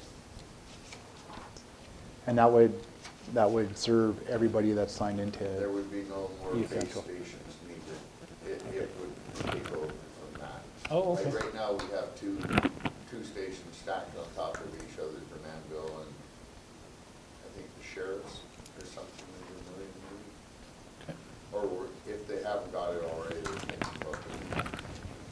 So yeah, so we're kind of, we believe if we have 1 year of rate rent and we can work around it, maybe we can have the council installed right away, because I think Wainwright and a few others will be going to ATRAC's pretty quick.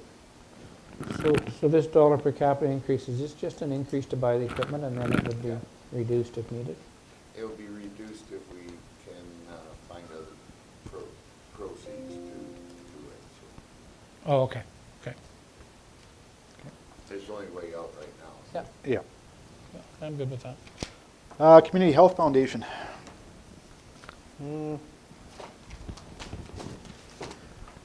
I don't know where my notes went, but whatever. I had a few notes, but I guess I'll start off by saying that the long-term care is probably not going to have any openings for a while yet, as we're still installing our system in there. So, and unfortunately, it's putting a burden on the hospital with no beds.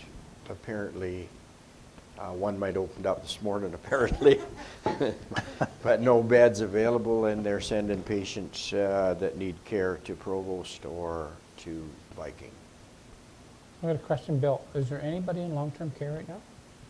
Is there, pardon me? Is there people in long-term care? Or is it empty Yeah, while no, they're doing there's the- people in long-term care, and then where they're working, they take them out of long-term care and put them in acute care. So how long would that take? What's the transition? It's taken a lot longer than they ever thought, yeah. So And they- if they don't, if they have to move them, they will move them out of acute care and still take them to long-term care. That's another thing they've been looking at, is transfer them to Viking or Provost in long-term care there, if need be, if they can, if there's room there. So do they have an end date on this project? Yeah, it was July of last year, but that was been So it's moved gone May over- of 25, I think. Oh, okay. So it should be done this spring, and then it's not going to help us any, because then they start spending the money in acute care. Same system.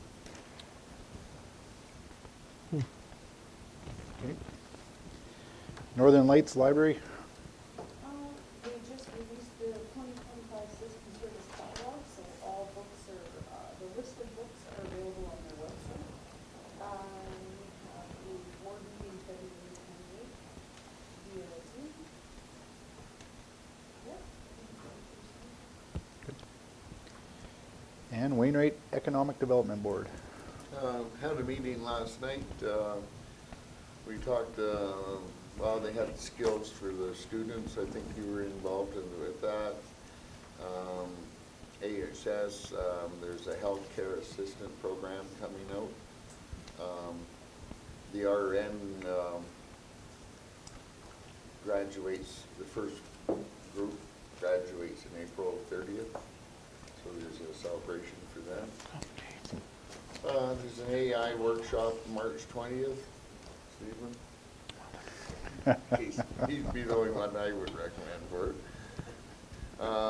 The clock tower is, they're having an anniversary, 100 years for it, on September 13th. And we talked about downtown vacancy. They've got some leads on a few more businesses that might be coming around. And, what else? Oh, of course, we were still lobbying for the hospital. May fall on deaf ears, but we're trying. Never know. Okay, need a motion to accept the reports. Richard, all those in favor? Opposed? Carried. Need a motion to go into a closed session. A cold session? Closed.